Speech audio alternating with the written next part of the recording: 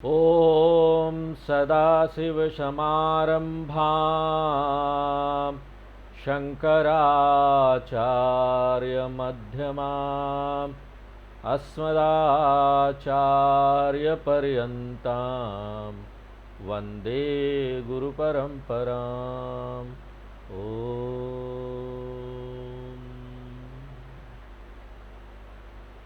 12वें अध्याय में हम लोग 13 नंबर श्लोक से ज्ञानी के लक्षण देख रहे थे।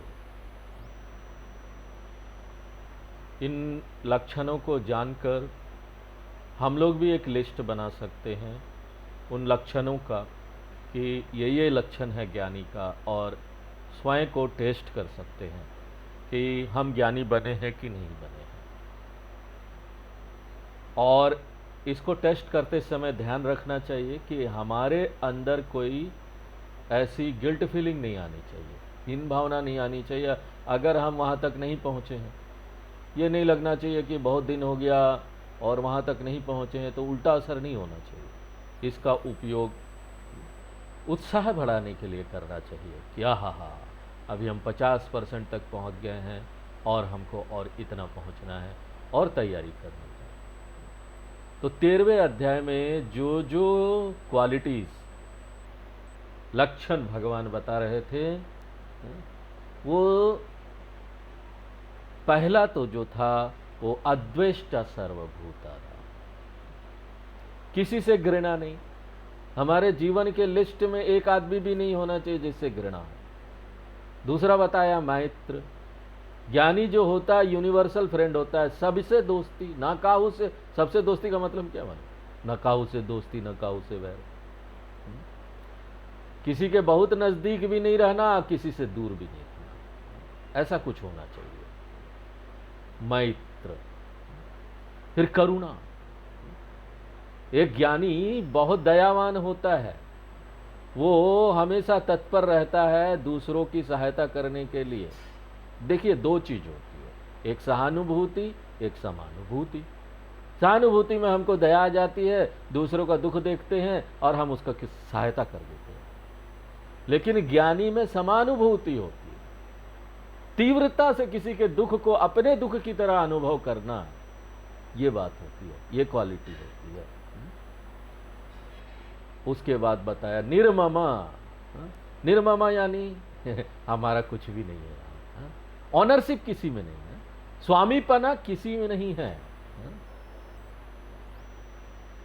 स्वामीपना सब में छोड़ दिया, हम तो बस उपयोग कर रहे हैं सब चीज का। और हम बता रहे थे तरीका कि कैसे हम स्वामीपना छोड़े, और दो तरीका बता रहे थे, एक तो वेदांतिक तरीका, एक धार्मिक तरीका। धार्मिक तरीका जो थोड़ा आसान है, वेदांतिक तरीका थोड़ा कठिन है, ज्ञान में आना चाहिए। लेकिन वेदांतिक तरीका परमानेंट है। जो धार्मिक तरीका है ना, वो बीच बीच में ना टूटता रहेगा, हम निराश होते रहेंगे, हमेशा नहीं रहेगा, परमानेंट नहीं रहेगा। वेदांतिक तरीका क्या है? हम आत्मा है और आत्मा असंग होता है, निर्ममा होता है। और जब हम आत्मा है तो हम भी असंग है। यहाँ पर असंग आत्मा कैसे क्लेम कर सकता है कि ये मेरा है, हम इससे जुड़े हुए हैं, ये उसका है? ये सब कुछ भी नहीं क्लेम कर पाएगा। तो निर्ममत्वम यानी हम असंग आत्म स्वरूप को जान लेते हैं, आत्मसात कर लेते हैं। और इससे भी आसान तरीका क्या है? अगर ये नहीं हो पा रहा है तो ये समझ लेना कि हर एक चीज जो हमको यहाँ मिला है वो भगवान से उपहार है, मैं इसका अच्छी तरह से उपयोग करूंगा, टेम्पोररी गिफ्ट है, और फिर जब जरूरत होगा भगवान को ले लेंगे। और हम भी उसको बड़े आराम से thank you note, thank you भगवान जी, ले लीजिए, ये आपने माँ दिया, पिताजी दिया, अपने बच्चे दिए, पति दिया, पत्नी दिया, और पूरे अंतर हृदय से बिना किसी शिकायत के हम इसको वापस करेंगे। निर्ममा, ऐसा व्यक्ति निर्ममा है। फिर दूसरा जो लक्षण बताया निरहंकार। ममकारा यानी स्वामीपना, और तादात्म्य इस बाहरी दुनिया से। जब ये स्वामीपना और तादात्म्य मेरे अपने शरीर से है, स्थूल शरीर, सूक्ष्म शरीर, कानन शरीर, तो ये जो स्वामीपना, इसको क्या बोलेंगे? अहंकार है मेरे में। शरीर त्रय अभिमान अहंकार है, शरीर भिन्न विषय अभिमान ममकार है। आप अंतर समझिए। Identification with the body mind complex is अहंकार, आइडेंटिफिकेशन विथ एवरीथिंग एक्सटर्नल ममकार। आप ममकार को कैसे छोड़ेंगे? वो भी वही सेम तरीका है। तरीका क्या है? ये शरीर हमको भगवान से उपहार में मिला है, मेरा अपना शरीर तो है नहीं, हम इसको वापस कर देंगे। हमने आपको भर्तृहरि जी के बारे में बताया था कि उन्होंने नीति शतकम भी लिखा और वैराग्य शतकम भी लिखा। शतकम यानी 100 श्लोक का एक ग्रंथ लिख दिया, नीति शतकम, वैराग्य शतकम। वैराग्य शतकम के अंत में वो एक बहुत सुंदर श्लोक लिखते हैं, और वो श्लोक क्या है? धन्यवाद ज्ञापन है भगवान को, धन्यवाद ज्ञापन है पंच महाभूतों को। अंग्रेजी में बोलते ना, थैंक यू नोट। और वो कौन दे रहा है? ये धन्यवाद ज्ञापन कौन कर रहा है? एक बुद्ध व्यक्ति, एक ज्ञानी व्यक्ति। कब कर रहा है? मृत्यु के समय। मृत्यु के समय कौन धन्यवाद ज्ञापन करेगा? सब लोग रोते हैं और एक दिन रुक जाते हैं, दुखी होते हैं, हमको छोड़ के जाना पड़ रहा है। भर्तृहरि जी बोलते हैं ये जो ज्ञानी व्यक्ति है उसका क्या एटीट्यूड है, उसका क्या मनोभावना है। बहुत सुंदर श्लोक लिखते हैं। ये जो व्यक्ति है वो संबोधित करता है पंच महाभूत को, आकाश, वायु, अग्नि, आपा, पृथ्वी, और उन सबको संबोधित करते हुए बोलता है, हे पंच महाभूत, आपने अपना अपना एक भाग मुझे दिया था ताकि मैं मेरा ये शरीर बने। शरीर में आकाश होता है ना, एक भाग आकाश होता है, एक भाग वायु भी होता है। हम सांस लेते हैं ना, वायु है ना, बिना वायु के शरीर नहीं चलेगा। हाँ? आकाश खाली जगह है ना, खाली जगह हो तभी तो सारी चीजें घूमती हैं अंदर। अग्नि तापमान के रूप में 98.4 टेम्परेचर, वो भी है ना।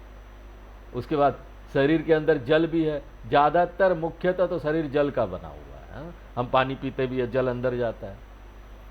और शरीर में पृथ्वी भी है, जितना भी शरीर का भार है वो पृथ्वी है।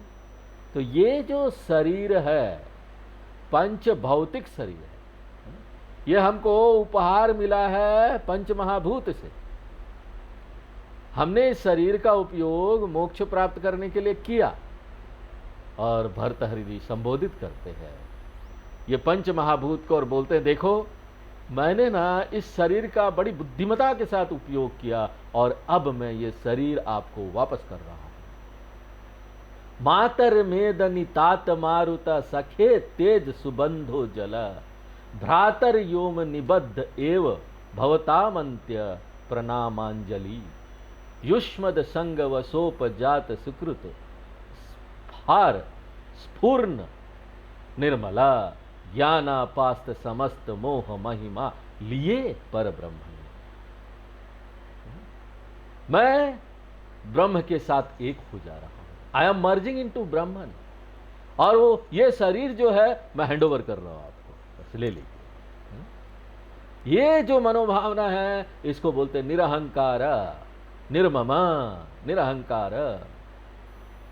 उसके बाद बोल रहे हैं सम दुख सुख, जो जीवन में समता बनाए हुए रखता है, बड़ा शांत है, जिसके मन में ना मेंटल शॉक एब्जॉर्बर लगा है। आपने गाड़ियों में देखा है, गाड़ियां रोड में चलती है तो यहाँ लखनऊ के रोड में बड़ी गड्ढा गड्ढा है हर जगह।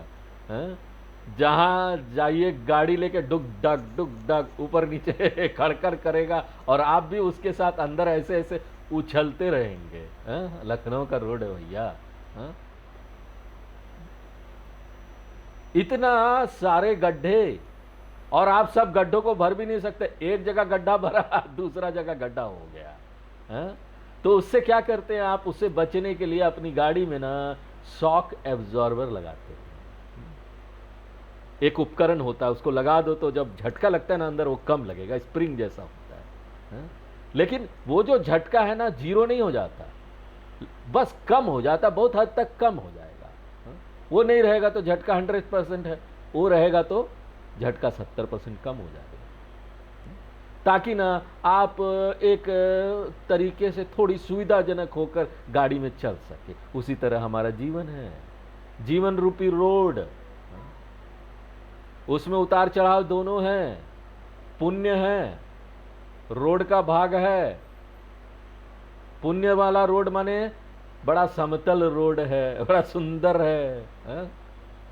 लालू जी की भाषा में ज्यादा हम नहीं बोलेंगे। उस दिन उन्होंने कुछ बोला था लालू जी ने कि किसी अभिनेता अभिनेत्री है, उसके गाल की तरह हम सब बिहार के रोड को बना देंगे। उस समय बिहार था।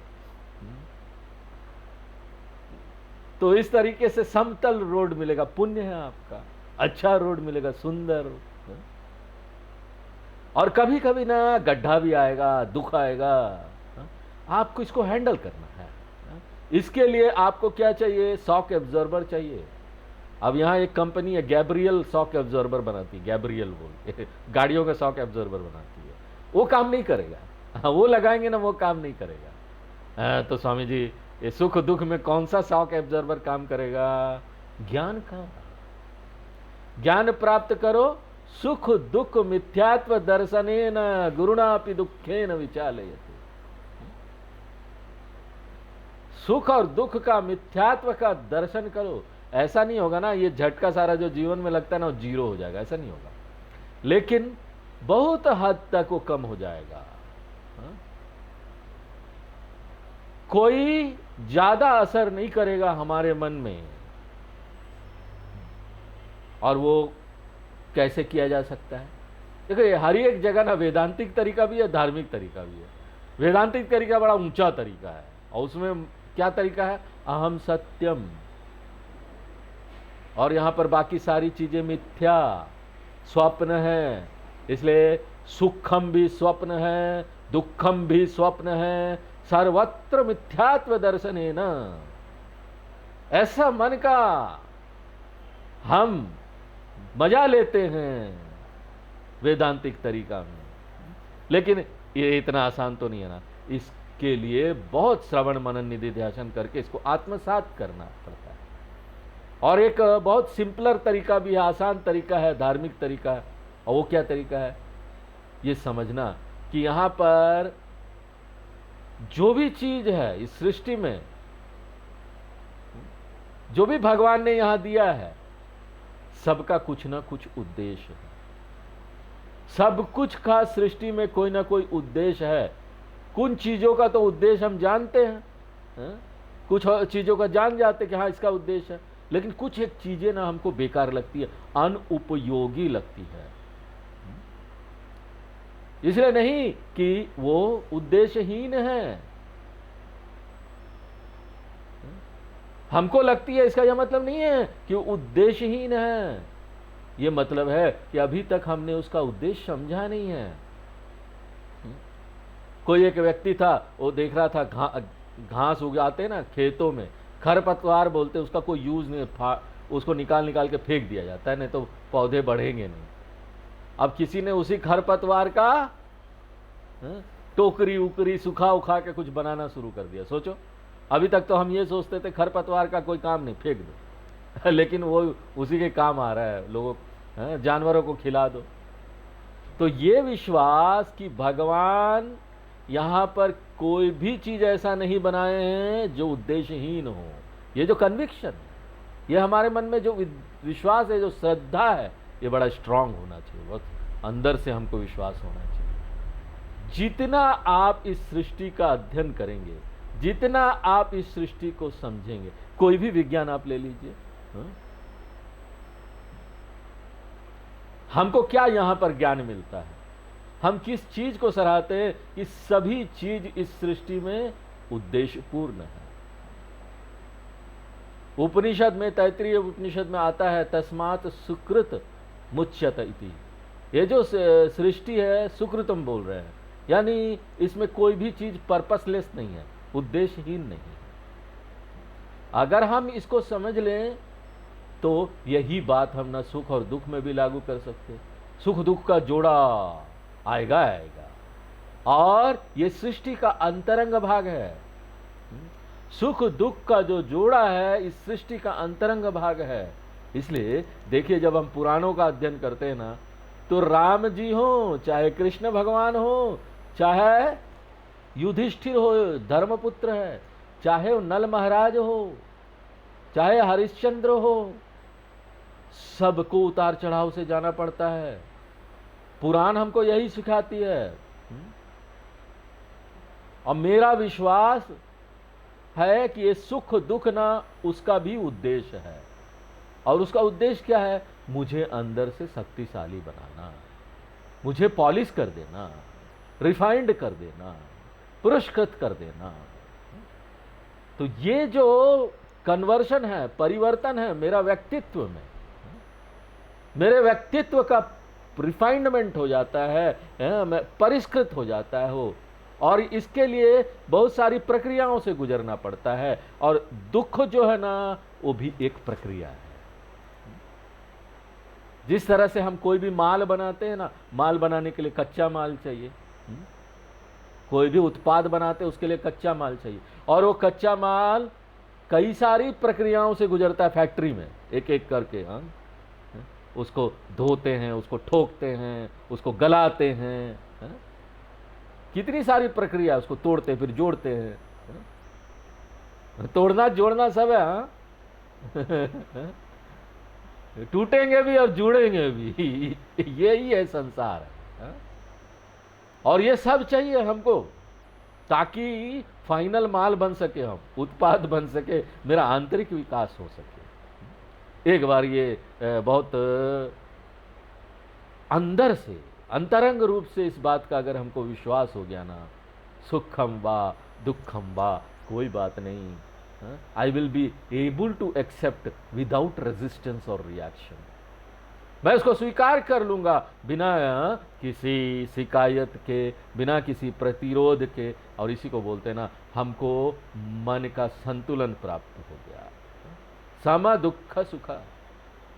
उसके बाद दूसरा मूल्य बता रहे हैं। देखिए, हर एक मूल्य में हमको ना बार बार ना हमको अपने आप को यदा कदा टेस्ट करते रहना चाहिए। ये जो मूल्य बताया गया, इसमें हम कहाँ खड़े हैं? उसके बाद बता रहे हैं अगला जो है क्षमी। क्षमी यानी जिसके अंदर क्षमा है।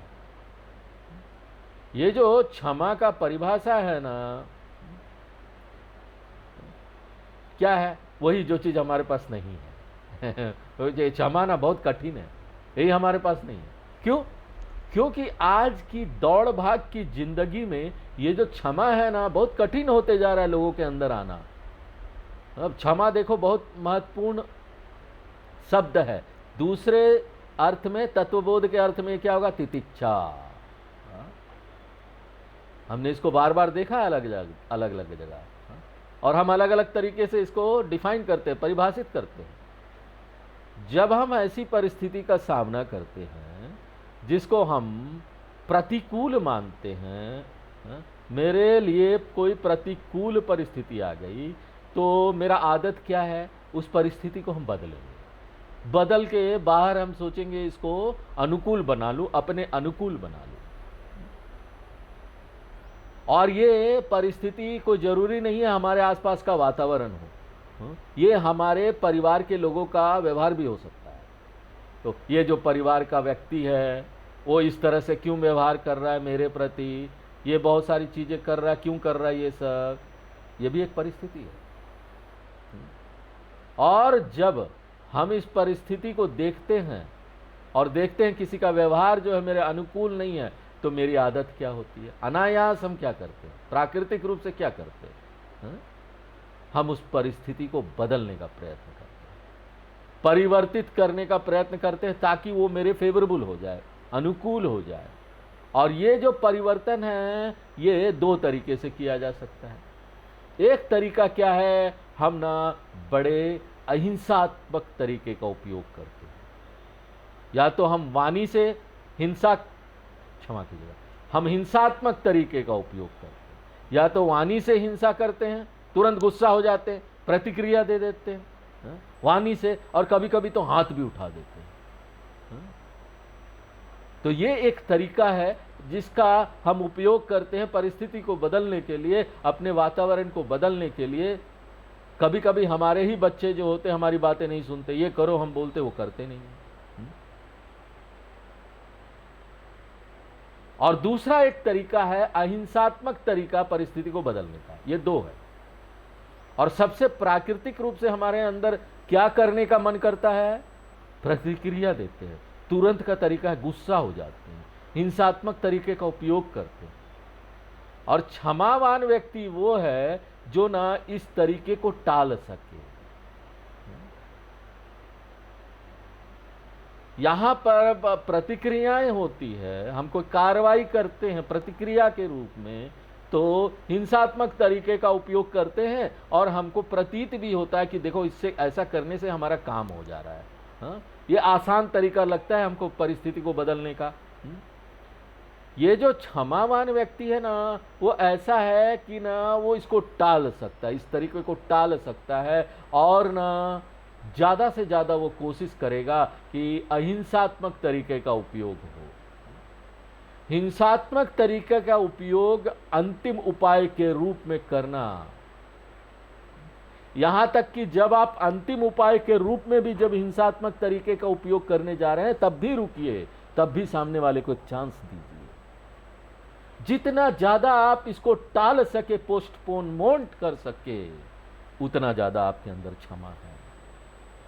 आपने रामचंद्र भगवान को देखा, रामचरितमानस में रामचंद्र भगवान जब जाते हैं, वहां पहुंचते हैं लंका में रावण के पास।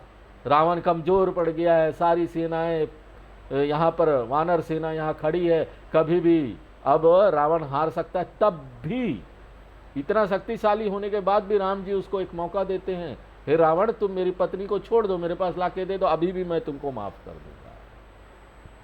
वहां भी वो मौका देते हैं। और हम क्या करते हैं, कोई कुछ नहीं करता, तुरंत एक झापड़, क्या नहीं बदमाश कहीं का, या तो मुंह से हिंसा कर लेते हैं, या क्षमा नहीं है। हमारे अंदर क्षमा होना चाहिए, इस बात की समझ होनी चाहिए, अंदर से इस बात पर विश्वास होना चाहिए कि ना ये जो हिंसात्मक तरीका है बड़ा प्राकृतिक है और बहुत प्रभावी है। ये दे तो सकता है, तुरंत का लाभ हमको देता है, तुरंत हम देखते हैं कि वो बच्चा था, मारा, दो झापड़ मारा, बात मान गया, आसान है। और वही तरीका का उपयोग करते हैं, क्यों? प्राकृतिक है। फटाफट गुस्सा हो जाना तो बड़ा प्राकृतिक है ना, और निश्चित रूप से बड़ा प्रभावी लगता है। क्यों? दूसरा व्यक्ति डर के मारे बदल जाता है, परिवर्तित हो जाता है। विश्वास से परिवर्तित नहीं होता है, डर से होता है। ये डर का तरीका है, और तो तुरंत भी लगता है, क्विक होता है।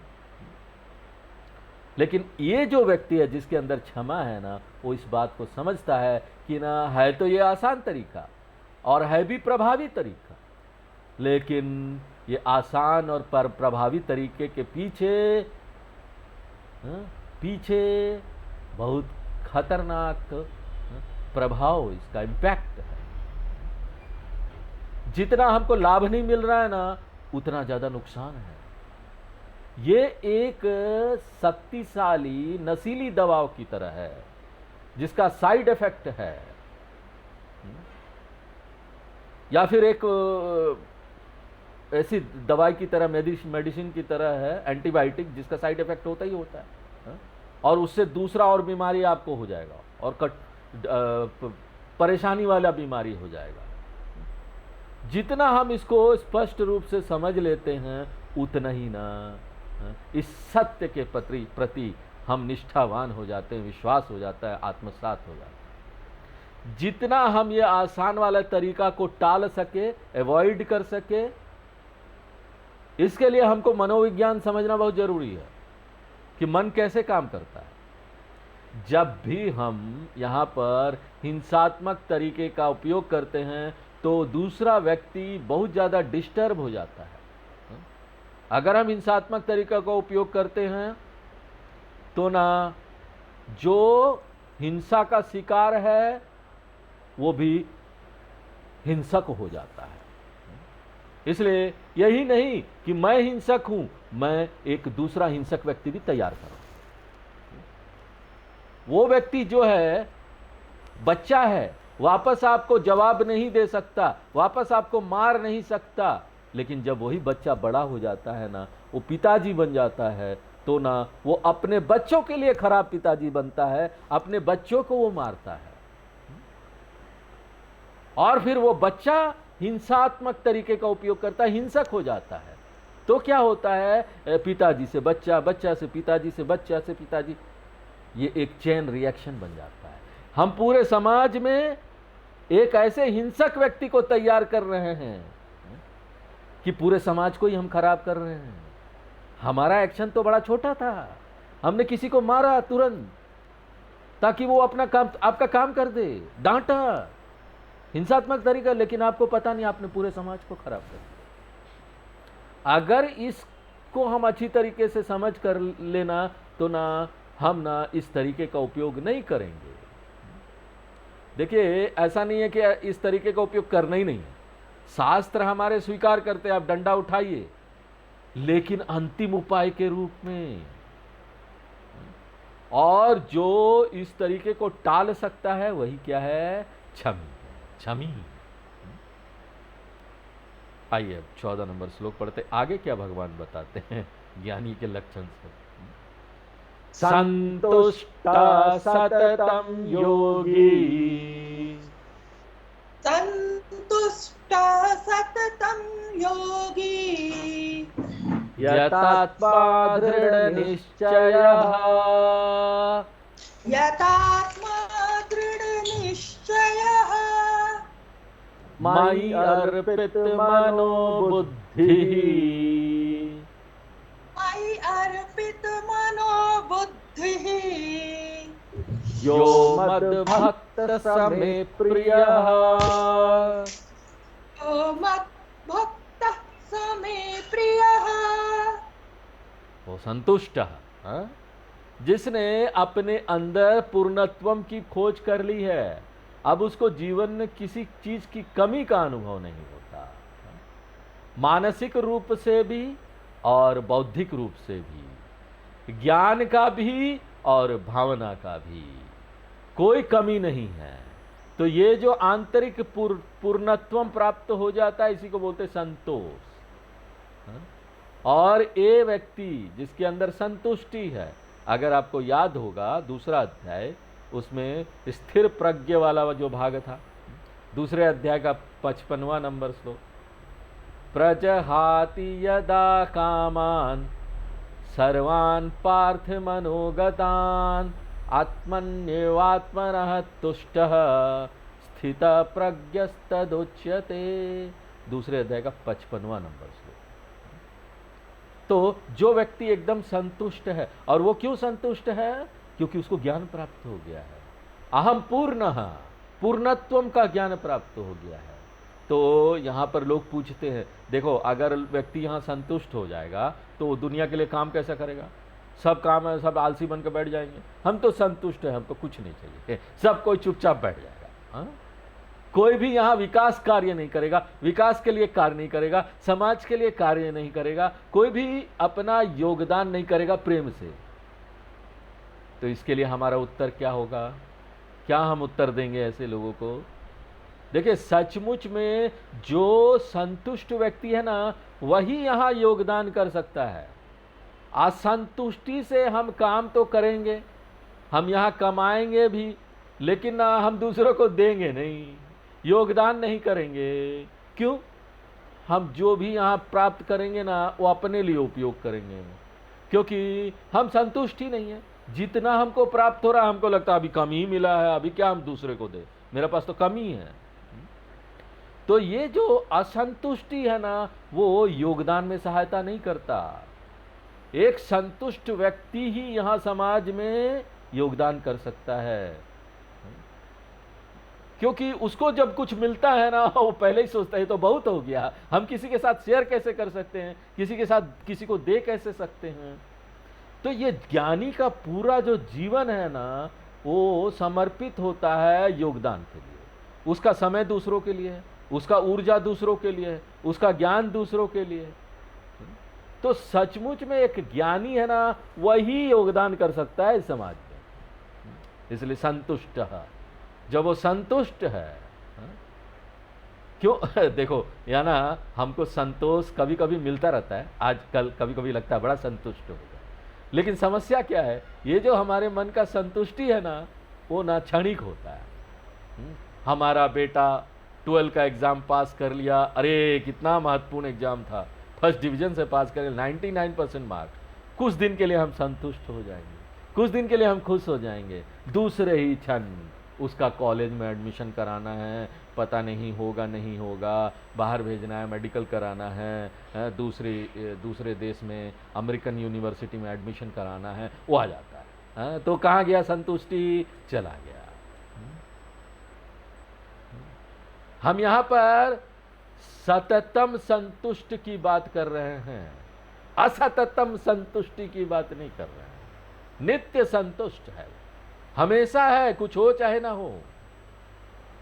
जिसके अंदर वो है, ये जो ज्ञानी है, ये जो योगी है, जो कि महान योगी है।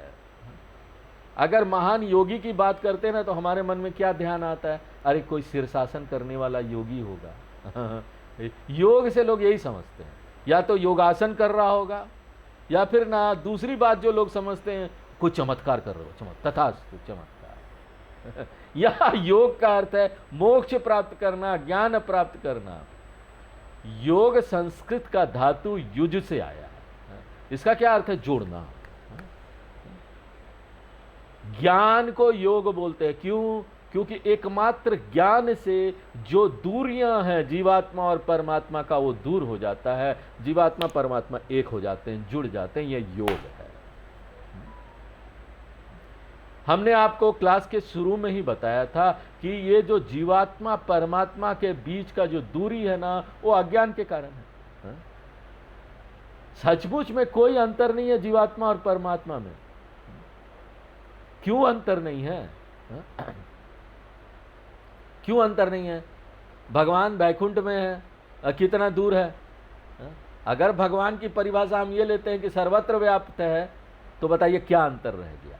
कोई दूरियां ही नहीं रही। एक सर्वत्र व्याप्त भगवान में और मेरे में क्या दूरियां बताइए? मान लीजिए मैं ये बोलता हूं कि भगवान सर्वत्र व्याप्त है और सिर्फ वैकुंठ में, तो इस बात में क्या हो गया? हम अपने ही बात को काट रहे ना, कॉन्ट्रडिक्शन है। लेकिन देखिए वैकुंठ का अर्थ यहां पर हृदय। हमेशा याद रखिए, पुराणों में जिस वैकुंठ की बात की गई है ना, वो प्रतीक है। प्रतीक रूप में प्रस्तुत किया जा रहा है हमारे ही हृदय को। अगर भगवान सर्वत्र व्याप्त है तो कोई अंतर नहीं हो सकता, और अगर हमको अभी भी अंतर लग रहा है तो ये काल्पनिक अंतर है, ये हमारे मोह के कारण है। जैसे एक बच्चा माँ के गोद में सो रहा है और उसको कोई सपना आता है, अरे माँ गुम हो गई है, माँ कहाँ चले गई है। अब बच्चा रोने लगता है ये सोचकर कि वो अपने माँ को भुला दिया, खो गई उसकी माँ।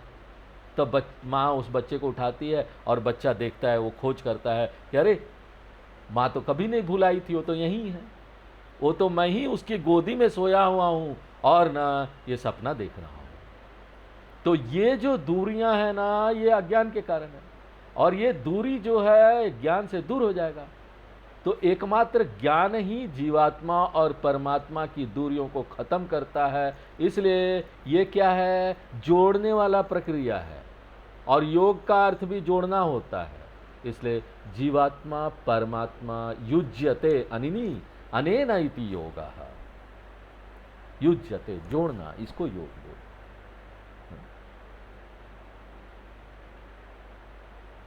उस ऐसा चीज जिसकी सहायता से जीवात्मा और परमात्मा एक हो जाते हैं, इसलिए वो योगी है, यानी वो ज्ञानी है। और नहीं स्वामी जी, क्या उसके पास चमत्कारी शक्तियां नहीं आती है क्या? देखिए ये एक ना दूसरा कंफ्यूजन जो लोगों के पास होता है। लोग यही सोचते हैं, लोगों की यही धारणा है कि अगर वो ज्ञानी है तो उसके पास चमत्कारी शक्तियां होनी चाहिए, नहीं तो वो ज्ञानी नहीं है। हमने आपको पहले भी बताया था कि ऐसा कोई नियम नहीं है। कि ज्ञानी को चमत्कारी शक्ति होनी ही चाहिए। वो ज्ञानी मतलब क्या, उसको ज्ञान होना चाहिए। ये शब्द ही बताता है ज्ञानी, यानी ज्ञानम अस्य अस्ति इति ज्ञान। एक व्यक्ति, एक बुद्ध व्यक्ति जिसके पास ज्ञान है। और हमने आपको बताया था कि 4 तरह के लोग होते हैं, आपको याद है? एक जो होता है उसके पास चमत्कारी शक्तियां भी नहीं है और ज्ञान भी नहीं है, न सिद्धि है न ज्ञानम है। ये चौथा तरह का व्यक्ति है। नीचे से हम शुरू कर रहे हैं। तीसरे तरीके का व्यक्ति कौन है? जिसके पास सिद्धि है लेकिन ज्ञान नहीं है, ज्ञान रहित सिद्धि है, तीसरे वैरायटी का व्यक्ति है। एक दूसरे वैरायटी का व्यक्ति क्या है? जिसके अंदर सिद्धि नहीं है लेकिन आत्मज्ञान है। कोई सिद्धि नहीं, कोई चमत्कार नहीं, लेकिन आत्मज्ञान है। और पहला व्यक्ति कौन है? जिसके पास ज्ञान भी है और सिद्धि भी। ये 4 तरह के लोग होते हैं जो कि मुक्त होते हैं। वो कौन है? चारों तो मुक्त नहीं है। 1 2 3 4 कौन मुक्त है? पहला वाला जो है मुक्त है। क्यों? उसके पास ज्ञान है और साथ में सिद्धि भी है। सिद्धि बोनस है। चमत्कारी शक्तियां हैं तो ठीक है, बहुत बोनस है। ज्ञान भी है, दोनों है। लेकिन दूसरा वाला जो है उसको ज्ञान है, वो मुक्त है, लेकिन उसके पास ना रत्ती भर भी सिद्धि नहीं है, कोई चमत्कारी शक्तियां नहीं। और तीसरा वाला क्या है? उसको सिद्धि है लेकिन ज्ञान नहीं है। देखिए, ये जो कैटेगरी है, इस श्रेणी का व्यक्ति छांदोग्य उपनिषद में आता है 7वें अध्याय में। वहां पर नारद जी बोलते हैं मेरे पास सारी सिद्धियां हैं। क्या सिद्धियां होती है? मैं ना दूसरे के मन को समझ भी लेता हूं, दूसरे के मन में क्या चल रहा है वो जान लेता हूं, और जमीन के अंदर क्या है वो भी मैं जान लेता हूं बिना खोदे, किस जमीन के अंदर क्या छिपा हुआ है। ये सब सिद्धि है ना। और मैं भविष्य भी पढ़ लेता हूं, किसका क्या भविष्य है। हाँ, ये सब सिद्धि होते हुए भी क्या है? सोहम भगवा सोचामी तम मां भगवा छोकस्य पारम तारयत्वविति। तो एक व्यक्ति महान सिद्ध हो सकता है, लेकिन अगर उसको ज्ञान नहीं है ना, तो क्या मालूम? चमत्कारी संसारी व्यक्ति है वो। खाली चमत्कार होने से क्या हो जाएगा? यहाँ पर बड़े ऐसे आते हैं तांत्रिक सिद्धि, और वो लखनऊ में तो बहुत लोग आते हैं और वो ऐड देंगे पेपर में, इस होटल में ठहरे हुए हैं, आइए, जिसको अपनी सारी समस्या सुलझानी है। पत्नी बात नहीं मानती, पति बात नहीं मानता, बच्चे बात नहीं मानते हैं, बेटी की शादी नहीं हो रही है, आइए हमारे पास, चमत्कारी तांत्रिक बाबा। लेकिन वो बाबा रात को ठीक से सो नहीं पाता। क्यों? उसको अपनी चिंता है, पैसे आएंगे कि नहीं आएंगे। क्यों? ज्ञान नहीं है ना। दूसरों का हेल्प कर रहा है, लेकिन अपनी चिंता इतनी है कि उसको तनाव से भरा हुआ मन, ना खाना ठीक से खा पाता ना, बस दिन में सब सॉल्व कर रहा है दूसरों की प्रॉब्लम। और वो भी बूढ़ा होते होते वो सिद्धि चला जाता है। बूढ़ा हो गया, कितना करेगा वो? खत्म ना सिद्धि, चमत्कारी शक्ति गई। इसलिए ना हम लोग वेदांत में बोलते हैं सिद्धि के पीछे मत पड़ो, चमत्कारी शक्तियों के पीछे मत पड़ो, वो कोई काम का नहीं है। वो इंस्टेड वो ना बाधा है आपके मोक्ष में, मुक्ति प्राप्त करने में वो सबसे बड़ा बाधा है। इसलिए योगी का क्या अर्थ हुआ? ज्ञानी। चाहे उसको सिद्धि हो चाहे नहीं हो, वो ज्ञानी है। तो अब अगला जो शब्द है वो हम लोग अगले क्लास में देखेंगे। आज ये वीडियो ओम पूर्णमदः पूर्णमिदं पूर्णात् पूर्णमुदच्यते पूर्णस्य पूर्णमादाय पूर्णमेवावशिष्यते। ओम शांति शांति शांति।